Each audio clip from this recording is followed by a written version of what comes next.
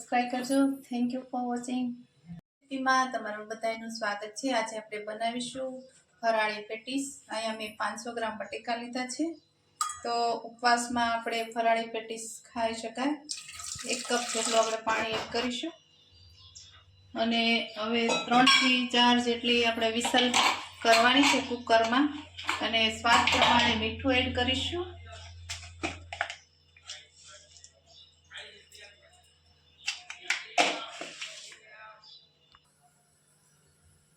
આપણે કુકરમાં બટેકા બાફવા મૂકી દીધા છે. આપણે 3 થી 4 જેટલી વિસલ કરવાની છે એટલે આપણા બટેકા તૈયાર થઈ જશે. હવે આપણે મસાલો કરી લઈએ પેટીસનો. દાણા શેકી લઈશું. આ રીતે મીડિયમ ફ્લેમ રાખવાની છે ગેસની. બળી ન જાય તેનું ધ્યાન રાખવાનું છે ખાસ. આ રીતે ધીમા તાપે શેકવાના છે. કોતરા ઉછળી જાય ત્યાં સુધી આપણે ઠંડા થવા દેવાના છે. આ રીતના આપણા દાણા સિંગના શેકાઈ ગયા છે એટલે કોતરા બધા છે એ નીકળી જાય. આ રીતે એક ડીશમાં લઈ લઈશું. આપણા બટેકા છે રેડી થઈ ગયા છે, બફાઈ ગયા છે. આ રીતે આપણે કરી લઈશું. પાવા ભૂકો કરી લઈશું. આ રીતે દબાવવાનું મિક્સ થઈ જશે. અને મેં અહીંયા લીધું છે આરાનો લોટ. આ લીધું છે નાળિયેર ખમણેલું. આપણે એમાં એડ કરીશું. કાજુ બદામ ને કિસમિસ નાખ્યા છે.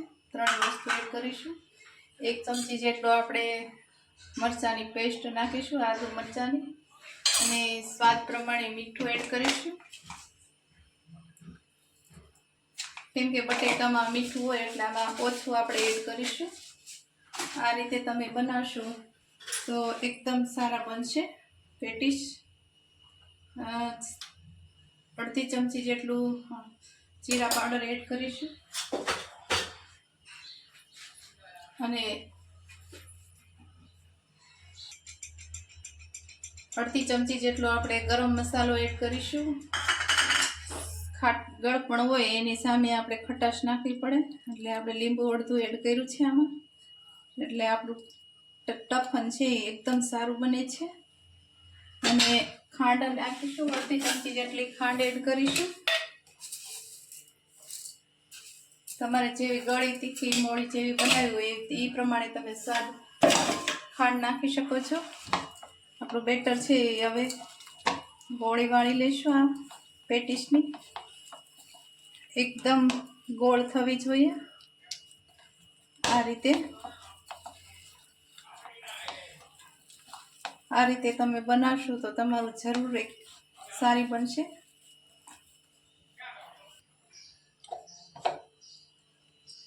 આ રીતે આપણે એકદમ ગોળ થવી જોઈએ.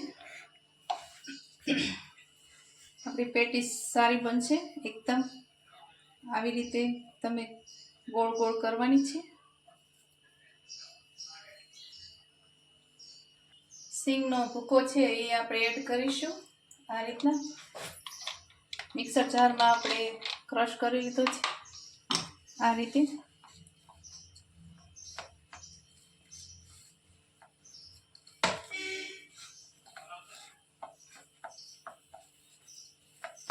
આ બેટર આપણું બની ગયું છે. સ્ટફન આ રીતે બનાવશો તો જરૂર તમારી પેટીસ સારી બનશે.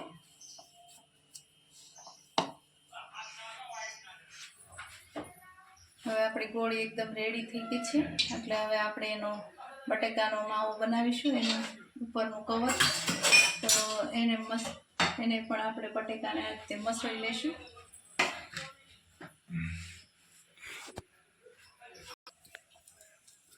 આપણું બેટર છે આ રીતનું ટફન બની ગયું છે. આ રીતે બટેકા છે બધા એકદમ છૂટા પડી જાય ત્યાં સુધી આ રીતે દબાવવાનું છે અને એકદમ એકરસ કરવાના છે આ રીતે. અને હવે આમાં એડ કરીશું આપણે આરાનો લોટ 1/2 કપ જેટલો અને સ્વાદ પ્રમાણે મીઠું એડ કરીશું.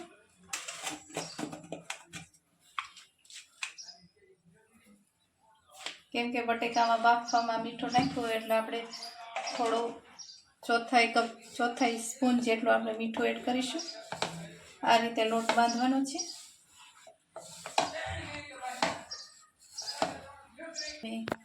આ રીતે તેલવાળા હાથ કરી લીધા છે એટલે આપણો આ ટફન છે એ ચોટે નહીં, એનું ખાસ ધ્યાન રાખવાનું છે.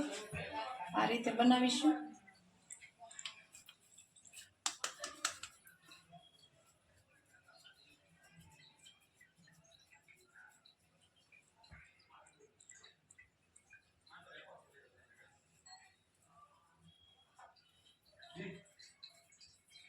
આ રીતે આપણી ગોળી બની જાય એકદમ ગોળ. આ રીતે શેપ આપવાનો છે.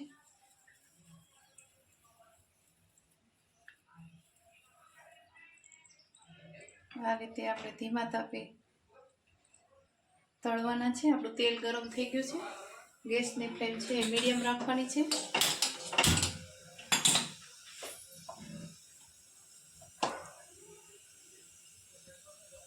આ રીતે આરાના લોટમાં આ રીતે કરી લેવાનું છે. લોટમાં લગાવી અને ધીમા તાપે આપણે પેટીસને શેકવાની છે. Incoming voice call from Karetbhai.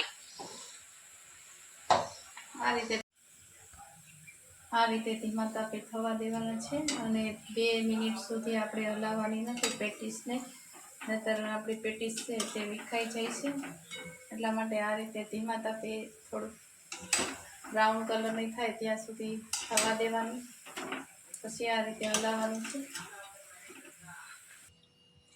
ચટણી બનાવવા મેં અહીંયા અડધી કાકડી લીધી છે. કચુંબર કરવાનું છે તમારે ઝીણું ખમણીમાં, અને આદુ મરચાંની પેસ્ટ નાખી છે આપણે 1 ચમચી જેટલી.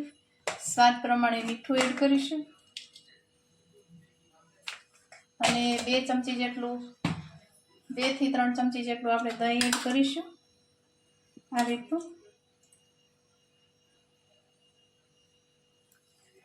આ રીતે તમારે મિક્સ કરી લેવાનું છે અને પેટીસ સાથે આપણે સર્વ કરી શકીએ છીએ.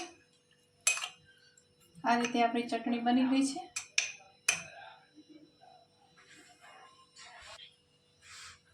અમારી પેટીસ બની ગઈ છે એકદમ પરફેક્ટ. કોમેન્ટમાં જણાવજો કેવી લાગી. લાઈક કરજો, શેર કરજો, સબસ્ક્રાઈબ કરજો. Thank you for watching.